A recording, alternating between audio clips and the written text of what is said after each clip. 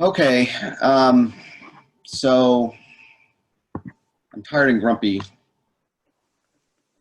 The dog got me up at 5:15 this morning by climbing in bed. Like he's 100 pounds, and he climbed in bed, and just laid his little snout on top of my head, like it's time to get up. And it's not a little snout; it's a big snout, and he slobbers, right? So just set it right on top of me.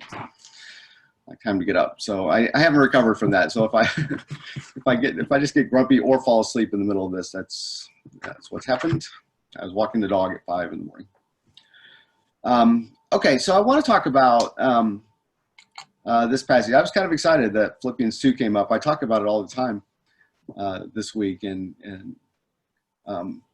want to kind of approach it from a slightly different direction. When I teach it, I usually teach it as the foundation of Paul's ethics, and I think that works, and there's a lot to be said about that. But there's also a sense in which it kind of reconfigures our understanding of who God is, and I want us to maybe think about that a little bit today, or helps us reconfigure our understanding of who God is. I was trying to think of, right, have you ever had that moment when you stood back and said, like, well, that changes everything, right? That sometimes that's kind of a negative thing, like a tragedy can do that, obviously. But there are also moments when it's kind of a good tragedy, right? Tolkien talked about catastrophes, when something good kind of breaks in unexpected and changes everything. I was trying to think of a good example of that, and I know I've had some more, but the one I remembered was when I was just starting to date Michelle. We were both grad students at Marquette, and so I wanted to date her, and so the way I sort of worked my way into that was by inviting her to play on our church softball team, and she said to me that she had played some softball, and I thought, well, great, we need more players, so just come out and play softball with us. Well, it turned out what I didn't know is that she was a Division I softball player in college, and so she showed up and obviously had all the equipment, and that was kind of cool. And then the first time she came up to bat, I remember I was standing with the guy who was the coach, kind of the one who had organized it for the church, and she stood up to bat, and you could tell she knew how to hold the bat, and that was good. And then the first pitch she just laced it in the right field, just where nobody else was, and just jogged around the track while the other people chased the ball. And I looked over at the guy, and he said, "Well, that really changes things, doesn't it?" And I said, "Yeah, that's good. I did well on this one." I had no idea. It wasn't until afterwards she told me she'd actually played for real in college. I think that's kind of a way of, and it's, in a minor way, it's kind of a way of understanding what happens to our relationship with God when Christ comes, right? So what Christ inaugurates for us is a new way of understanding who God is and how we relate to God. Now, this is something that built, right, in the Old Testament. It wasn't completely new, but it does lock it in and changes our conception of who we are in relationship to God. So for example, let's kind of start with the old way and then see how that reconfigures. There's a classic passage in Exodus 34, which lists at the end of, right, this sort of long passage of law giving, and God just gives law after law after law, right? And it just works out many of the ways in which Israel is supposed to relate to God. And then he says of himself, almost in passing, but it ends up being really important. He says, "I am compassionate and gracious. I am slow to anger, and I'm abounding in love and faithfulness," right? So those three things: compassionate and gracious, slow to anger, abounding in love and faithfulness.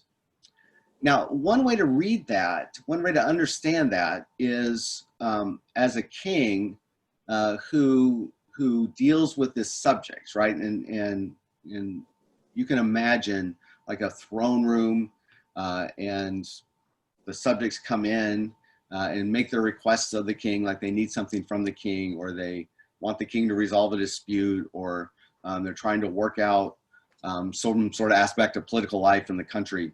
And so they come to the king for help, right? It's the king's job is to take care of his subjects in that way. And what he's saying from this perspective, what he's saying is, this is the way I'm going to deal with you, right? I'm the king, I'm in charge, and everything you get comes from me, but I'm going to do this in a gracious way. I'm going to be compassionate in the way I deal with you. I'm not going to get angry because you come to me with some request. Not going to be, I'm going to abound in love, and I'll keep to my duties. I'm going to do all the things I'm supposed to do. That word gracious is really interesting. I just heard a pretty good kind of discussion of it, but I think it also got it wrong. That gracious in the sense of dispensing with gifts, right? And so the subjects come to the king, and the king says, "Oh, you've done very well in whatever task I gave you, and so here's a plot of land you can have, or here's a little token of my appreciation," right? And that's what gracious means, giving gifts in that kind of sense. I sometimes think of I have to struggle sometimes not to be a teacher like that too, right? That the students come to me and I give them grades. You know, I'm very gracious in the way in which I grade. I'll tell them that all the time. Like I'll hand stuff back and say, I'm a very gracious teacher. And look at your grades and you're going to understand exactly what I mean by that. And the problem with that is that it's helpful, right? And so I don't want us to kind of push that aside altogether, but it's easily misconstrued as well, right? Because what it ends up doing is turning our relationship with God into what I might call a market exchange, right? And so I'm going to do this good thing for the king so that the king will give me a gift, right? And it's story I often tell is early in our marriage, we had sort of divided up the household tasks, right? As part of our premarital counseling, we had divided up, who's going to do what task. And one of the ways we divided that up was that whoever cooked, the other one did the dishes, right? And so I thought that was fair, right? I thought it was pretty good. And I ended up doing a lot of the dishes, but I didn't cook that well, but it was fine, right? Whenever I cooked, then Michelle would do the dishes, and it was great. But there was one night when I cooked, and then she had to go to a work thing, to a parent-teacher conference, and I was doing the dishes somehow, right? The dishes were just piled up, and it fell on me. I felt like to do the dishes, and it just, for whatever reason, it just made me mad. And I have this memory of we didn't have a dishwasher, so we were in this old little house. It was great, but an old little house with a big sink, and I can remember just being full. Like I just poured the whole thing of detergent in, and the bubbles bubbling over, and I was splashing water everywhere.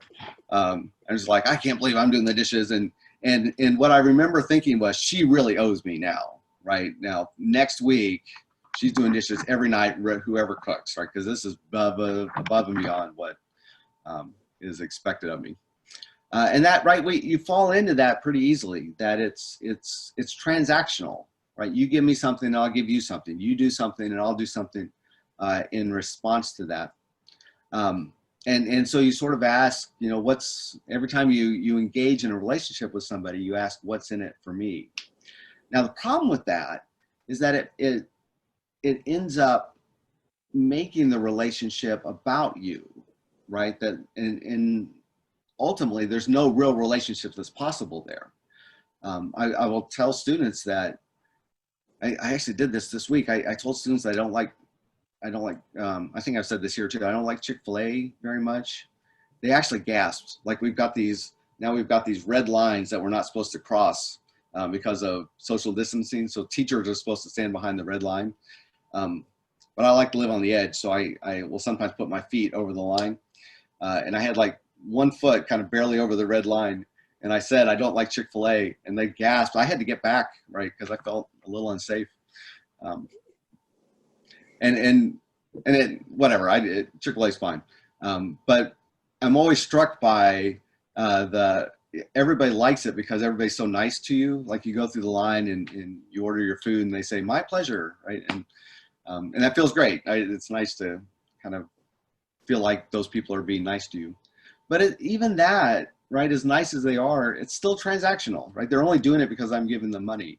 And you can't, it's not a real relationship as long as it's transactional in that way.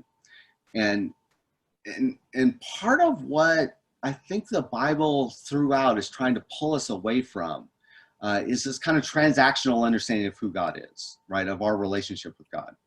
That however we understand God's sovereignty and God's sort of kingship, right? Prophet, we have to understand that in a way that pulls us out of a kind of transactional relationship with God. That passage in Exodus is trying to do that in a way that anticipates what Christ is going to do. But as I said, it's also easy to take that passage as confirming this kind of transactional relationship. The gracious God sort of looks down and graciously gives us some sort of gift. So what happens then in Philippians 2 is that Paul works out for us, helps us work out exactly how this changes, right? So what does Christ do that gives us a new sense of how we relate to God? And what he ends up doing is forcing us to grapple with what compassionate, gracious, love, and faithfulness actually mean, right? What's the proper way to understand those qualities? And the answer is to treat us like equals, right? That the key to that passage is when Paul says, though he was in the form of God, he could not consider equality with God, right? That kingship, he didn't consider the divine qualities or the divine status as something to be grasped onto, to be held onto for dear life. When I started, I think I've told this story, but I'll tell it again. When I started kindergarten, my mom and dad were called away.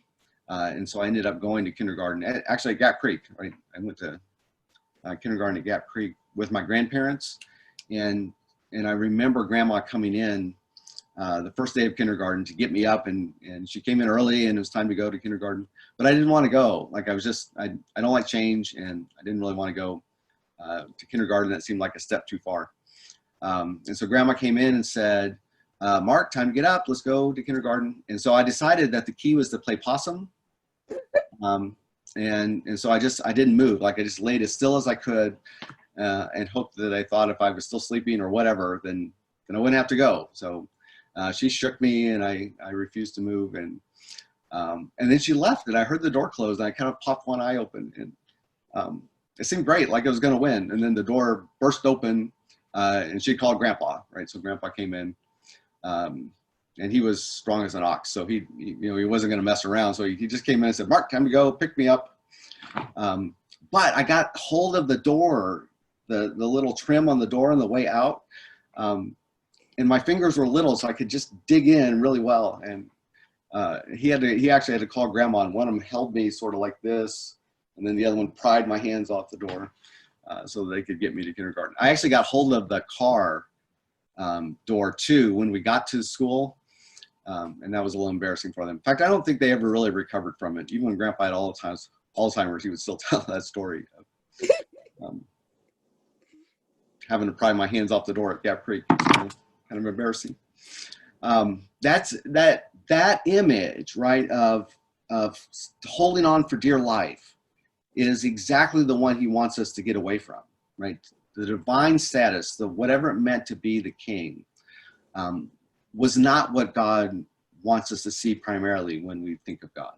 He let that go, right? Just let that go so that he could become equal with us, to become the form of a servant, he says, which makes him equal, puts us on our level, which he wants us to think changes the way that we understand God. I don't really know how we got on this, but I've been teasing my daughter Eleanor by playing her a song by someone named Osborne every day. I call it the Daily Osborne. So when she gets to school, I'll text her the Daily Osborne for the day. So one we did last week was by Joan Osborne called "What If God Was One of Us," which is, it's a fine song, but but God was one of us, right? It's not, there's no if there, right? That's the whole point of the gospel in some ways, that God became one of us so that we can learn to engage with God in a completely new way. Okay, I think so far so good, right? I think there's nothing particularly noteworthy there in a way, because to be a Christian is to accept the reality of the incarnation and to recognize that God was one of us, and to recognize how that changes our conception of God. So then the question, right, so if that's true, then the question for me becomes, what are the results of that change, right? So what happens? What does that do in practical terms for my relationship with God? So let me kind of suggest three things, and we'll see how these work. The first one, I think, is that it changes my own conception of my own worth. What it means is that God doesn't see me as dispensable, as just one subject of many, but that God recognizes me for who I am and sees that there's great value in that. I see this in our students a lot. I see this in maybe our culture as a whole, but we struggle with loneliness. We struggle with this sense of isolation. We struggle with this sort of reality of fragmentation. And that produces a kind of feeling of unworth, right? One of the hard things for me to learn as a teacher is that it rarely, I'll talk more about this in a second, but it rarely works for me to be angry at our students. And part of the reason for that is that they don't believe in themselves, right? And so even if I give them a bad grade, or if I get on them in class or something like that, right, that can send some students into a tailspin just because they really just don't believe in themselves. And the way that will express itself is he doesn't like me, right? Or I'm a bad student. And we really have to work hard at, I think all of us have to work hard at treating our students as individuals, right? Recognizing that whatever they're doing in class isn't because they're bad people or something like that, but because they're just individual students who have different wants and needs. But many of them are insecure and don't feel worthy. And part of the sort of task of being a good teacher, but also the task of cultivating a relationship with God, is recognizing that he sees us as worthy. And if I'm going to transfer that to my job as a teacher, then I have to convey to them that I see them as worthy as well. It's not a binary relationship any longer, right? The question isn't a question of, have I sinned and fallen short, or am I not sinful and so God honors me, or something like that. It's an actual genuine relationship now, in which there are ebbs and flows, and there's forgiveness, right? You do something wrong and there's forgiveness present for that. It really transforms the relationship into something more like between equals, instead of a kind of top-down thing from a king to a subject. Obedience matters. Paul talks about obedience in this passage, right? Obedience still matters, but it's not the only thing. And so I think one of the challenging parts of this passage is kind of figuring out what it means to work out your own salvation. And people have taken that to be a question of, is it works or grace? And, how do you sort of balance grace and free will? But I don't think that's it at all. I think what he's talking about is working out the relationship, right? Once you're in a relationship with God, then the challenge is to work that relationship out, to make it an authentic, genuine relationship in which you can relate to God and God relates back to you, and trying to figure out how to work that out is what he means by working out your own salvation. Okay, so that's the first thing. The second thing is this then frees us to begin to look outward. And this may be the most important thing. This may be the thing that he's most interested in fact. If the relationship is simply top down from a king to a subject, then my sole focus is on keeping the king happy, right? then nothing else really matters. It's very difficult to sort of think outside of that relationship because everything depends on me keeping the king happy. But if I understand that that relationship is sort of locked in, that I don't have to worry about that, but it's an authentic relationship, then it actually frees me to kind of turn around and engage in relationships with each other. My daughter plays soccer, as I've talked about. And one of the things we really learned about her is that she plays much better if she thinks the coach trusts her. She's had coaches where what Trevor Egley calls command coaches, who see coaching as I tell you what to do and then you do it. Right? She had her high school soccer coach was like this. He would actually stand on the sidelines and just try to direct traffic, and he would yell at her and the other players, like, run here and run there, right, and just try to direct everything that they did. And if you didn't jump immediately to what he would said, and he would take you out, or he would discipline, or whatever.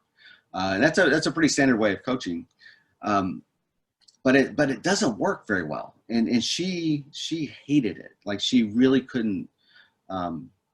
She couldn't play like that because, and we talked a lot about it. And what what we all came to recognize is that if she was so focused on keeping the coach happy, then she couldn't actually play the game well, right? What she really wanted to do was beat the other team, but she was trying to beat the coach, right? Does that make sense? And her focus would have been on the coach instead of on the team.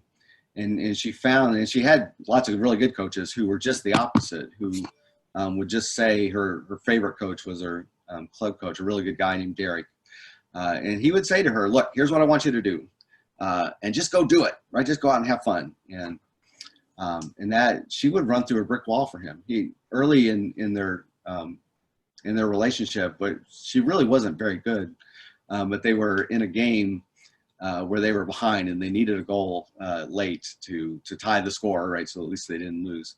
And so he called her aside and said, look, I believe in you. We need a goal. I'm going to put you up top and I want you to score. Just go for it, right? And he was really, and he just signaled that he really believed in her, and she loved that, and went. She had no idea what to do, and so she would get the ball and just run at the keeper as fast as she could, and twice they hit it. They just ran into each other. Right? She had no idea what to do, so she just ran at the keeper, and they smacked. And one time she fell over, and I thought, oh no, she's killed them both. They both lay on the ground for a second. And then they got back up, and finally the third time she did the same thing. They just ran right at the keeper, and the keeper flinched and kind of got out of the way, and Italy scored, and they won the game. I tied the game. They didn't win, but that's what God frees us to do. That God frees us to focus not so much on keeping God happy. He frees us to turn around and to look at the world and to engage in the world in that way too, right? To mirror the kind of love that he shows us by coming down to our level, by becoming one of us, and engaging us on that level. We can do that for everybody else now, because we don't have to worry about keeping God happy, right? In this kind of king subject way. We can turn around and be people who love in the way that God loves.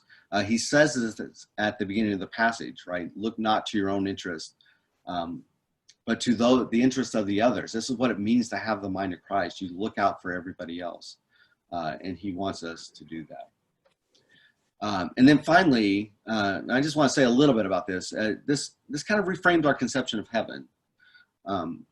That heaven is going to be the place where everybody comes, right? The reason that God became one of us is so that all of us could be in this relationship with God. And that image at the end of this passage where every knee bows and every tongue confesses is really powerful as a way of understanding what the church is supposed to be, right? We're supposed to draw, we're the light to the nations. We draw everybody to God. It's why missions are so important. One of the things I've loved about being part of this church is your mission moment when we're together. And that's why that's so important, because again, it's an expression of the kind of love that God shows us. Okay, that's enough. maybe let's just take a couple of minutes. I'd sort of be interested in your stories, right? Do you have a story like that where you just sort of stood back and had like a good moment where you said, well, that really changes everything. Well, that changes everything. Maybe that's a better way to say it. Those were hard for me to think of. I don't know if I remember them, or I know I've had some, but maybe let's kind of, I'd be sort of interested if you have a story like that, and then we'll move on to communion time.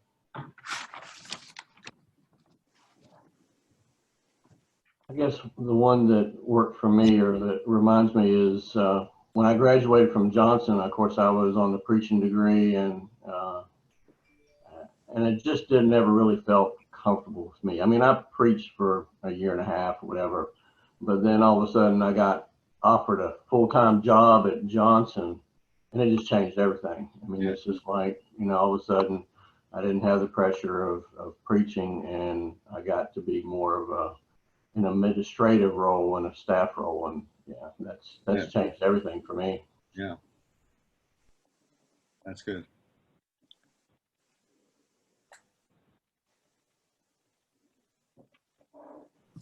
I don't have a story myself, but I do want to tell you I can remember being at Gap Creek School in my classroom where the 6th grade was when you were in kindergarten, and seeing your parents or grandparents or ever pull up and you getting out of the car with your your bag or whatever, because you have that curly hair. Yep, I did.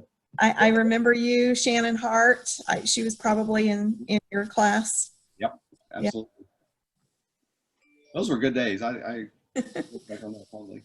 And yes, I had hair, not just because I had hair. So that's funny.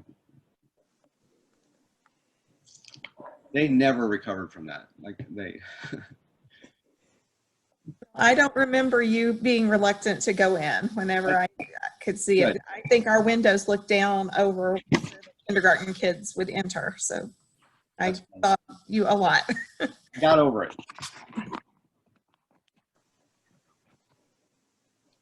The other thing I did to them that they never got over was they took mom and dad out for dinner for an anniversary, and I ran down the street after them, down Bell Drive, saying, I don't like any of you. I was screaming at the top of my lungs. I don't like any of you for leaving me behind. They never got over that one either.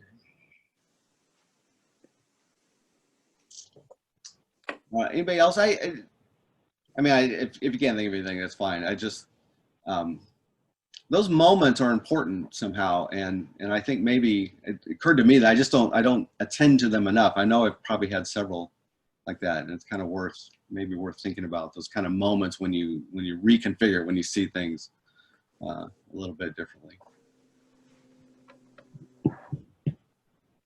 One of the most obvious ones for me comes in just discovering Christ. I had a life before Christ and then a life after, and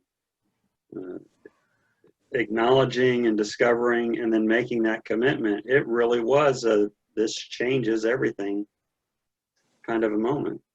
Yeah. Because it puts action to the words about, leaving what's behind and straining towards what's ahead. Yep. Well, story. Yeah, go ahead. Okay, so my sophomore year of high school, I went to CIY for the summer. That's the first time I actually learned where Johnson was, or what Johnson was.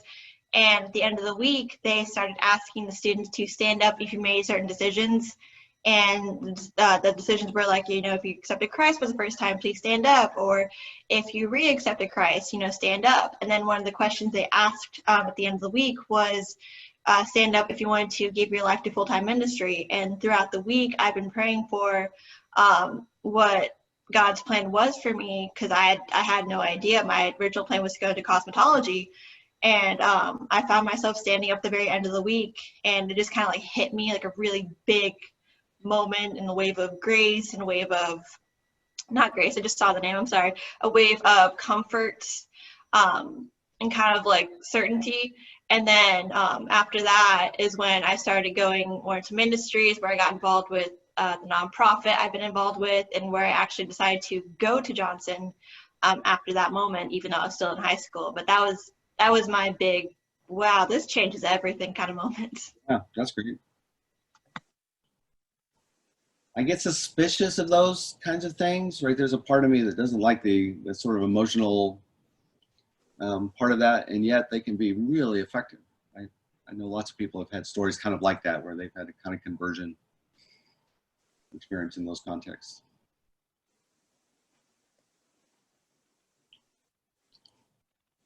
Well, one of the key ways we sort of acknowledge the way that God broke into us and changed everything is at the communion table. We come to this moment as the moment in the story when things change.